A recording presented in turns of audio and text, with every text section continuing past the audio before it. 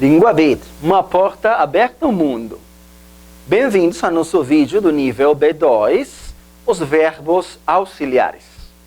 Nosso objetivo é conhecer quais são os verbos auxiliares da língua portuguesa. Que tipos de verbos auxiliares existem e como se usam. Em algumas ocasiões, não é possível expressar, por meio das formas simples dos verbos, as situações que queremos expressar. E aí, então, quando temos que usar os tempos compostos, os chamados tempos compostos da língua. Muito bem, esses tempos compostos permitem, então, exprimir o que os tempos simples não permitem. Vamos ver como se formam estes tempos compostos. Os tempos compostos se formam, então, com um verbo auxiliar, seguido por a forma nominal do verbo. Essa forma nominal do verbo pode ser o verbo em gerúndio, ando, indo, indo, um verbo no particípio passado, comido, prestado, visto, ou o verbo no infinitivo, comer, amar, comprar. Muito bem, atenção no exemplo. Vou comer pouco hoje. Vou a comer pouco hoje. Muita atenção, então, observem. Verbo auxiliar, vou. Verbo ir, né? Neste caso já está conjugado. Verbo auxiliar, vou. Comer. Verbo principal. Forma nominal do verbo. O verbo está no infinitivo. Comer. Infinitivo. Muito bem. Vamos lá para outro exemplo. Temos estudado muito. Verbo auxiliar, temos. Verbo ter, né? E o verbo estudar é o verbo principal. Mas em que forma nominal está? Está em gerúndio, está em particípio ou está em infinitivo? Em infinitivo não está.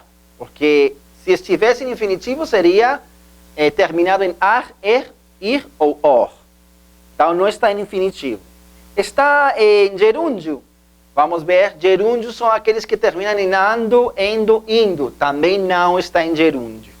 Então, o verbo aí, a forma nominal do verbo é o particípio. Particípio passado. Estudado. Temos estudado muito. Hemos estudiado mucho.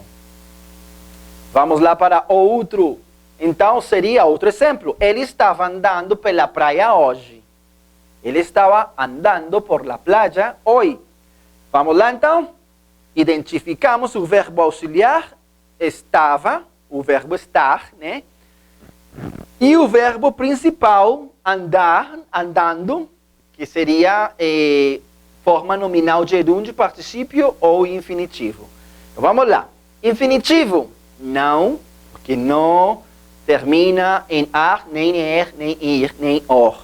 Então, não está em infinitivo. Particípio de andar é andado. Então, também não. Gerúndio, aqueles que terminam em ando, endo, indo, ondo. Esse aí termina em ando. Então, a forma nominal do verbo, neste caso, é gerúndio. E assim se forma, então, os tempos compostos. Desse jeito que acabamos de ver com os exemplos, é como se formam os tempos compostos. E por que estamos falando de tempos compostos? Porque para falar dos verbos auxiliares, por que se usam, quando se usam, temos que entender que são usados precisamente nos tempos compostos das orações. Agora sim entremos em detalhe com os verbos auxiliares. Atenção, os verbos principais carregam a maior carga semântica da forma verbal composta. Já os verbos auxiliares são responsáveis, aqui estamos então entrando com os verbos auxiliares. Por que são responsáveis os verbos auxiliares? São responsáveis por marcar o tempo, o modo, o número e a pessoa daquela forma verbal. Qual forma verbal? Da forma verbal principal, do verbo que não é auxiliar. Vejamos com um exemplo. Tempo. Porque os verbos auxiliares são responsáveis de marcar o tempo. O tempo pode ser presente, pode ser pretérito ou pode ser futuro. Ou passado, né? Presente, passado, futuro. Também os verbos auxiliares são responsáveis por marcar o modo. Como é isso do modo? Modo indicativo ou modo subjuntivo. Também são responsáveis por marcar o número. Pode ser singular ou plural. E por último, são responsáveis por marcar a pessoa. E a pessoa pode ser primeira pessoa, segunda pessoa ou terceira pessoa. Vejamos com um exemplo. Todos nós fomos comer ontem na churrascaria. Todos nós outros fomos a comer ayer a la churrascaria ou a la parrilla. ¿Sí? Tudo bem? Vamos lá então. Que delícia, né? Todos nós fomos comer ontem na churrascaria. Vamos lá então, seria: o verbo auxiliar deve marcar o tempo, modo, número e pessoa. Primeiro, então, identifiquemos o verbo auxiliar. Neste caso, o verbo auxiliar, ir. Fomos, todos nós fomos comer ontem na churrascaria. Comecemos então. Marca o tempo. Em que tempo está esse fomos? Verbo ir, no pretérito. Nós fomos. Muito bem. Em que modo? Indicativo ou subjuntivo? Nós fomos é o pretérito perfeito do modo indicativo, né? Já conhecemos esse modo indicativo? Muito bem. Que número é? É singular ou plural? Não, nós é plural, então o verbo marca também o plural. Nós fomos. E por último, marca que pessoa é a que fala. Primeira, segunda ou terceira pessoa. Nós, identifiquemos a pessoa, nós fomos, então, tem que ver com a primeira pessoa do plural, né? Então, essa oração fica assim. A oração, todos nós fomos comer ontem na churrascaria, é uma oração que está no modo indicativo, no pretérito do modo indicativo, e está marcando quem está falando, quem está falando, é a primeira pessoa do plural.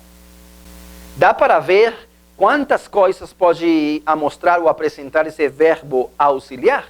Esse verbo marca todas essas coisas nas frases, nas orações. Vamos continuar dizendo que existem dois tipos de verbos auxiliares. Vejamos. Verbo auxiliar se dividem em verbos auxiliares modais e verbos auxiliares aspectuais. Quais são os verbos auxiliares modais? Verbo auxiliar modal são aqueles que expressam o modo como o locutor enxerga aquela ação verbal. Juntos com o verbo principal, eles formam uma locução verbal. Aí está a definição, né? Vamos com um exemplo a ver o que isso significa. Atenção! João pode andar pela praia hoje. Identificamos então verbo auxiliar, pode, verbo principal, andar. João pode andar pela praia hoje. Atenção! Segunda frase. João deve andar pela praia hoje. Verbo auxiliar, dever, deve, e verbo principal continua a ser o mesmo, andar. Muita atenção então. Verbo auxiliar modal. O verbo auxiliar modal, o locutor pode expressar certeza, dúvida, desejo, ou outro estágio, né? Então, no primeiro, João pode andar. O locutor está expressando uma possibilidade, uma certeza. E na segunda frase, João deve andar. O locutor está exprimindo ou expressando um desejo. Então, o verbo poder e o verbo dever são verbos auxiliares modais porque o locutor enxerga a ação verbal de algum jeito. Muito bem. E também falamos que, então, já a conjunção de palavras pode andar, deve andar. Aí, isso é que se chama locução verbal, que já sabemos o que é uma locução verbal. Uma locução verbal é quando duas ou mais palavras se juntam e formam, e tem um significado próprio ao juntar-se. Tudo bem, vamos para quais são esses verbos auxiliares modais. Está então o verbo dever, o discurso deve ser breve. Está o verbo poder, não pode ficar aqui, não pode ficar aqui. Está o verbo ter, ele tem aprendido mesmo. Está o verbo saber, ninguém soube patinar. E está o verbo crer, ela quer fazer tudo bem. O último verbo então, verbo precisar. Preciso saber muito mais. Muito bem, gente. Esses são alguns dos verbos auxiliares modais.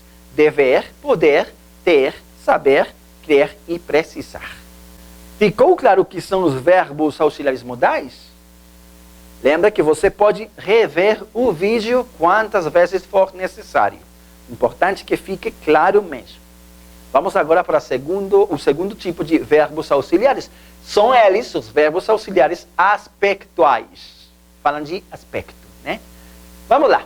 Nesse caso, no caso dos verbos auxiliares aspectuais, o verbo auxiliar acrescenta a noção de aspecto, de como a ação se realizou. Tá bom? Além disso, esses verbos agem sobre o verbo principal, trazendo uma nova informação semântica, como se fossem advérbios caracterizando aquela ação verbal. Vejamos essa definição tão extensa com exemplos e vamos ver que é muito simples. Olha só, duas frases. Temos a frase, eles estavam assistindo TV, ou a segunda frase, eles continuavam assistindo TV. Olha só o que acontece aí. Verbos auxiliares, no primeiro caso, o verbo estar. No segundo caso, o verbo continuar. Atenção então. O verbo estar, na primeira oração, está fazendo o que com o verbo principal? Está trazendo uma nova informação semântica. Estavam quê? Estavam assistindo TV. É uma nova informação semântica. No segundo caso, eles continuavam assistindo TV. Tudo bem, isso aí é uma nova informação, como se fossem advérbios caracterizando a ação verbal do verbo principal, que neste caso é assistir. Então, falam de aspecto, por isso se chamam aspectuais. Eles estavam assistindo, eles continuavam assistindo. Vamos lá então para ver alguns dos verbos auxiliares aspectuais. Está o verbo estar, é um verbo auxiliar aspectual. A gente está esperando por você. Muito bem, aí é um verbo auxiliar aspectual. O verbo começar, a gente começou a esperar por você. O verbo continuar, a gente continua esperando por você. Atenção, todos esses são então verbos auxiliares aspectuais. Falam de aspecto, a ideia de aspecto. Como se fazem as coisas, as ações dos verbos principais. No primeiro caso, como se faz? Está esperando simplesmente. No segundo caso, dá informação nova. Começou a esperar. É uma nova informação. No terceiro caso, a gente continua esperando. Já começou a esperar. Agora estamos continuando essa ação. A ação de esperar. Eis então os verbos auxiliares aspectuais. Pronto, gente? Deu para entender os verbos auxiliares? Deu para entender quando se usam e que existem dois tipos? Tomara que sim, gente, porque é muito, muito importante. Nosso objetivo era conhecer quais eram os verbos auxiliares, como se construíam, para que se usavam os verbos auxiliares no português. Se já sabes distingui-los, atingiste o objetivo. Parabéns, pessoal. Muito obrigado por assistir este vídeo. Não perca o próximo. A gente se vê, viu? Língua Verde, uma porta aberta ao mundo.